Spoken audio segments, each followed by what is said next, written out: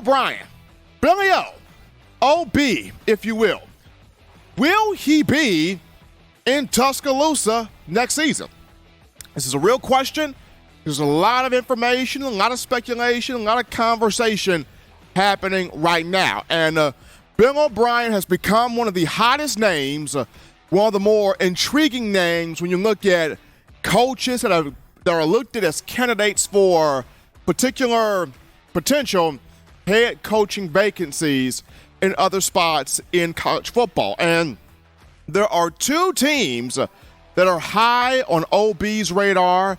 There are two teams very interested in O'Brien. The first of those two, Nebraska. According to Bruce Feldman of Fox Sports, the Cornhuskers, who recently fired Scott Frost, they have three names who they are going after hard to be the replacement head coach. One of those three names, Bill O'Brien. And OB did do some good things at another Big Ten program, that be Penn State, 2011, 2012 as a head coach during a time where the Nittany Lions had just this horrendous cloud over their head of scandal with Jerry Sandusky. And, of course, Joe Paterno was lumped into all of that. And Joe Pa, the unfortunate, untimely death, and all the issues that went on at Penn State. Bill O'Brien put his hand over that program 2011 and 2012 and guided it through some tough times there. So Nebraska has O'Brien as one of its three candidates for the head coaching vacancy. And then shortly after Nebraska had theirs, Arizona State let go of Herm Edwards. And on their short list of coaches, the Sun Devils have O'Brien on that also. But OB is becoming a very hot name out there in terms of coaching candidates that can fill in some vacancies here in other programs for college football. And it got me thinking about this, John. And Mike McCoy, former Alabama wide receiver, 2009 BCS national champion, founder of Maximum Performance Training out of Bessemer, Alabama. He was, out of Bessemer here in the Birmingham area, he was on our post-game show for TDA after the ULM matchup. And McCoy brought up an interesting point. He said when it comes down to Coach Saban, the way he gets on and gets after coordinators on the sideline in games, even in practice, everything that we think Coach Saban is saying, those coordinators, he's actually saying to those guys. And, for a lot of coordinators, Saban is very demanding. He's a perfectionist. He wants things done the right way. He's very meticulous about how he wants things done. He's very particular about how he wants things, handled. And some guys can gel with that. They can roll with that. They can handle the butt chewings and whatnot. And then some guys, that's just not their cup of tea. And there's a reason why only one offensive coordinator, that being Jim McElwain, has stayed with Coach Saban longer than 2 to 3 years. Coach Mack was in Tuscaloosa from 2008 to 2011. Now, of course, Coach Mack was there to really help build the culture of the program and build the brand and build the excitement and see, could this really be substantial? But after Coach Mack, other guys didn't stay long. You look at Doug Nussmeier, he was only here for 2 years. 2012, 2013, boom, he's out. Lane Kiffin was only in Tuscaloosa for 3 years.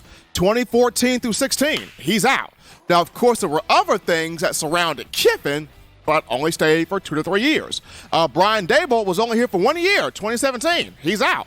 Mike Locksley, only here for 1 year, 2018, as the offensive coordinator, introducing the joyless murder ball. He's out.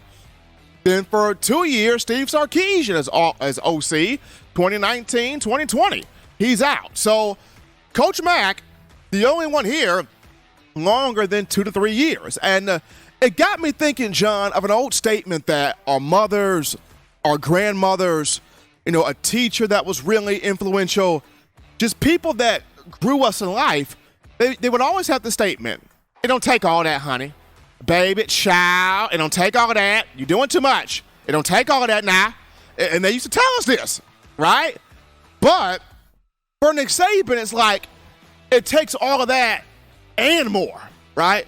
Because you're trying to be remaining at the top of your game, at the mountaintop of college football, at the upper echelon, staying 3 to 4 steps ahead of your competition. You're trying to remain at the cutting edge of what you do. So sometimes to remain there, you may be a bit more demanding than usual. And some people get that. Some people vibe with that.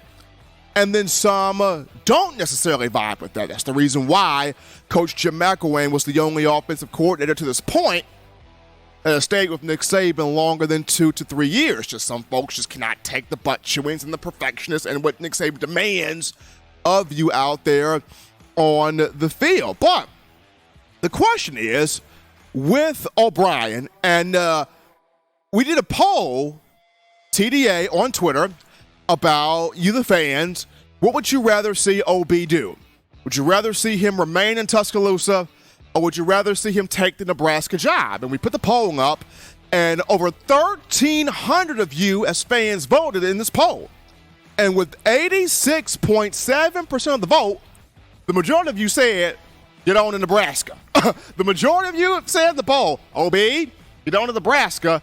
And a lot of you said, and how can we help you pack? Do you need any help packing to go to Nebraska? So, O'Brien not providing the creativity that you as Alabama fans want to see more of. So, here comes the dying question. If O'Brien goes, if O'Brien leaves, who does Nick Saban call? Who does Alabama replace him with? And of the litany of names out there, I could only think of 2 for me that I would call instantly. I would have an interview with instantly. And the 2 that's at the top of my mind, number 1, Hugh Freeze. Hugh Freeze gets a call from me. I understand he had the issues at Ole Miss, but he's learned from those. He's grown up from those. He's matured from those. He's done a phenomenal job at Liberty. I would give Hugh Freeze a call. The offense he had at Ole Miss, beat Alabama twice, beat Nick Saban twice. He would put you back in the mind of Lane Kiffin, Steve Sarkisian. Hugh Freeze would do that. So he'll be a phone call. The other phone call I would make, and this would be a bit of a stretch because he is in the NFL, but I would even look at Eric Bieniemy of the Kansas City Chiefs. Why? Because it's not about when you work for Coach Saban, you quickly get that head coaching job faster than you would think that you would get it prior to that. And a lot of people look at the Kansas City Chiefs as, well, that's Andy Reid's offense. That's Andy Reid's team. He's the mastermind. He does all of that.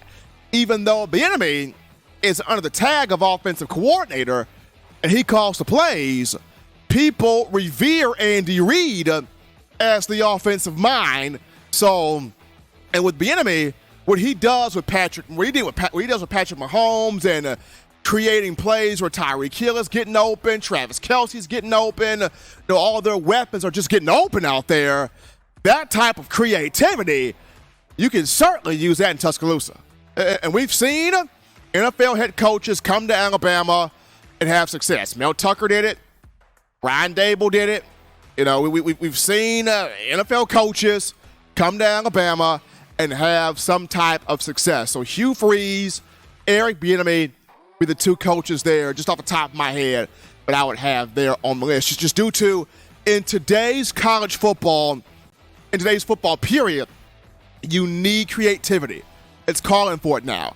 You need guys that are just so innovative, so dynamic, so electric, so detail-oriented, so much schemers, strategizers that stress the defense out. I mean, look at the NFL. Sean McVay, elite offensive mind. Kyle Shanahan, creative. Andy Reid, creative. Just so many guys. Mike McDaniel, creative. You've got creative guys running the league right now in terms of offense. And for Bill O'Brien older guy, not that much creative juices flowing, and you as Alabama fans have talked about this for quite some time. So, OB getting offers here, getting looks at here, Nebraska, Arizona State for right now. If he goes, who does Alabama need to make a phone call to run this offense in the future?